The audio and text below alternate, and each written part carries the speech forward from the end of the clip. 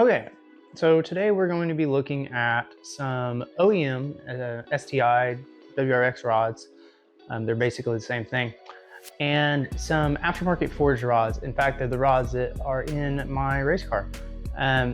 So we're going to be comparing and contrasting those two things, kind of getting a feel for when you actually need to consider changing rods, what the limitations are of the OEM rods, and even what the limitation is of the aftermarket rods.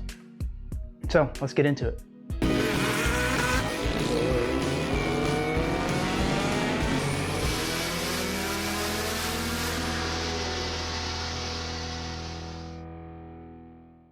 Okay, so here's an OEM set of STI/WRX rods. We'll use those interchangeably. So as you can tell, they're actually a really heavy rod for what they are. They are cast, which means the molten metal is poured into a form, and then after the metal has hardened and cooled, they machine these down to the tolerances, like for this. In this, they machine that down, and I believe they even press in a steel sleeve for this part. They're not a bad rod. In fact, these are capable of holding some pretty good power, but they run into a limitation when you start running into higher RPMs. So anything above like 7,500 RPM, you're going to start seeing some problems with the neck of the rod here. Also, another weak point is these rod cap bolts and nuts. This is just a normal steel nut, and there's not a whole lot of material to it. And then this is actually just like pressed in. It's got knurling that holds it in. You can see that? It's got knurling that holds it in, so it can't be removed. And you know, they're not a bad rod. In fact, this rod would hold anywhere from 400 and so horsepower. There's a knurling I was talking about. People have put 450 or so wheel horsepower through this rod, and held it just fine. In fact, I did that for a long time. And then one day I was racing, and my RPMs went too high, and I actually fractured a rod and completely grenaded the whole block because of it. And I think I have some pictures that I'll share. So as you can see, there's definitely a failure point to these rods. Anything will fail though if you put enough power and torque to it. So with that being said, the rods that I have in my car are these, Brian Crower. I reached out to them to have a demo set, basically, to check out and talk about. And they so kindly obliged. So these are the rods that are pretty much what is in my car.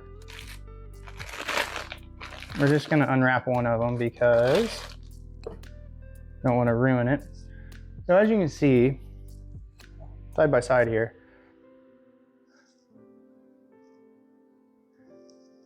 as you can see, this is a lot beefier than this, the neck. And it has kind of more of a beam type configuration. And not to mention, rather than being cast like this is forged, which means it starts off as a homogeneous piece of steel and is milled into shape. So there's not as likelihood of being cavities and imperfections in this as there is to this. Also, another thing that really sold me is these rod caps.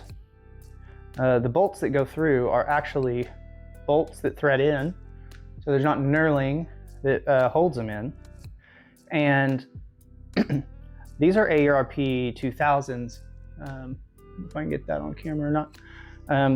So the ones in my car are ARP 600, which is the next step above this as far as tensile strength goes.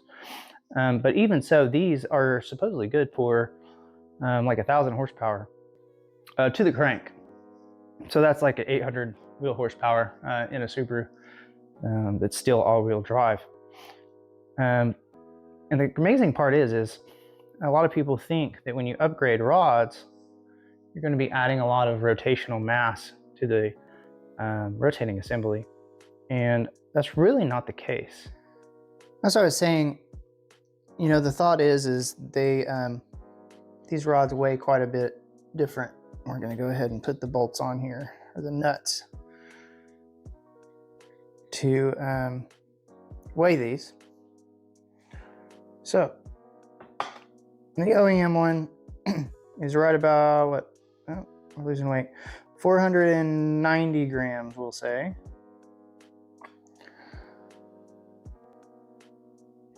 And our aftermarket, much beefier rod, 437.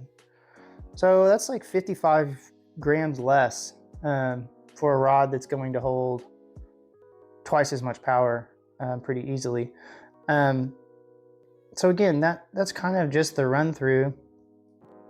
The other benefit to having aftermarket rods is you're going to know what kind of bearing you use. Sometimes these, you have to use an oversized bearing to get the tolerances right.